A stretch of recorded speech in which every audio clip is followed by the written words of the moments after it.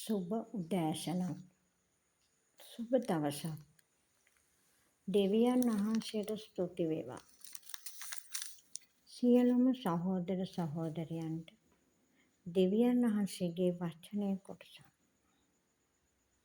උන්වහන්සේගේ වචනය කියනවා ගීතාවලිය 14 වෙනි පරිච්ඡේදයේ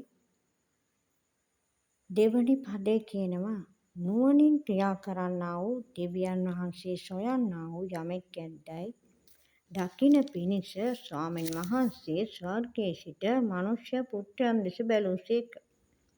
සියල්ලෝම මුලාව ගොස් සිටිති, එක ලෙස කිලිටුව සිටිති. යහපත කරන්නෙක් නැත, එසේය එක්කෙනෙක්වත් නැත. යහපත කරන කිසිම කෙනෙක් නැතිලු. දෙවියන් වහන්සේ ස්වර්ගයේ ඉඳගෙන බලාගෙන සිටියන.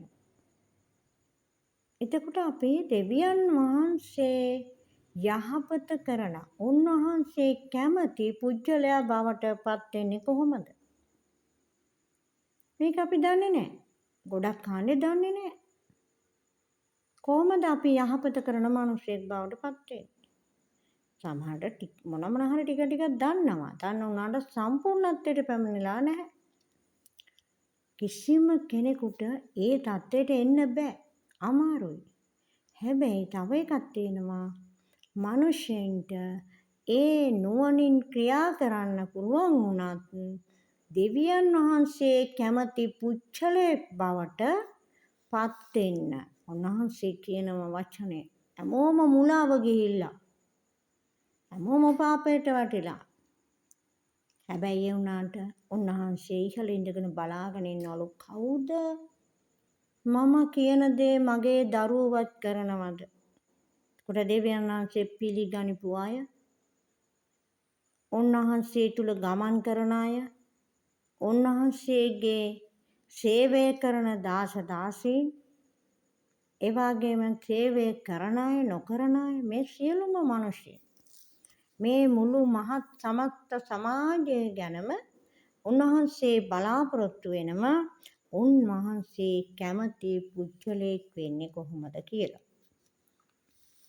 ඉන්නවද මහ පොළවේ? උන්වහන්සේ කැමති පුජ්‍යලයක් මහ පොළවේ ඉන්නවද කියලා බලනවා. එතකොට අපි දැනගන්න ඕනේ මොකද්ද? දෙවියන් වහන්සේ කැමති පුජ්‍යලයක් වෙන්නේ කොහොමද? උන්වහන්සේගේ ප්‍රමිතියට උන්වහන්සේ සතුටට පත් කරන පුජ්‍යලයක් වෙන්නේ කොහොමද? ඊළඟට තියෙනවා මෙන්න 15 වෙනි පරිච්ඡේදයේ පළවෙනි පදේ ඉඳලා ඒ පරිච්ඡේදයේම තියෙනවා සම්පූර්ණම විස්තරය. ස්වාමීන් වහන්සේ උන්වහන්සේගේ මණ්ඩපයේ සිටින්නේ කවුද?